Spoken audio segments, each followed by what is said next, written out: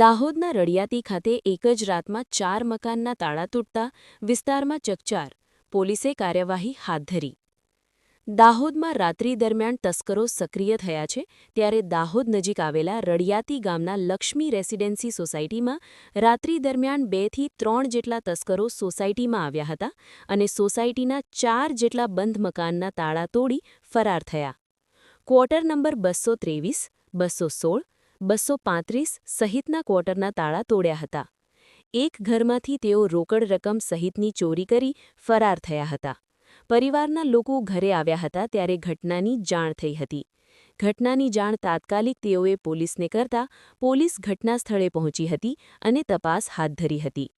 વિસ્તારમાં લગાવેલા સીસીટીવી પણ સામે આવ્યા હતા, જેમાં રાત્રિ દરમિયાન સોસાયટીમાં અવરજવર કરતા અને મકાનમાં પ્રવેશ કરતા સીસીટીવીમાં કેદ થયા હતા. પોલીસે ઘટના સ્થળે પહોંચી વધુ તપાસ હાથ ધરી છે.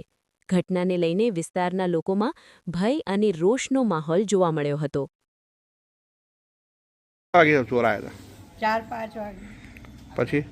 પછી સવારમાં અહીં દેખ્યું બાયણું બંધ હતું. તો પછી અમે જોયું પછાડીથી દરવાજો તોડ નાખ્યો ગાડીનો. પછી અંદર ભરાઈને બીજા લોકો દેખી ગયા આવીને. અચ્છા, તમારા ત્યાં આવ્યા હતા લોકો? એ અમારે ત્યાં નથી આવ્યા, ખાલી ટોપર જ મારી દીધી. ઓકે. બીજી ક્યાંથી ચોરી કરી લોકોએ? પાછળ કરી છે. શું નામ તમારું? સંગીતાબેન પરમાર.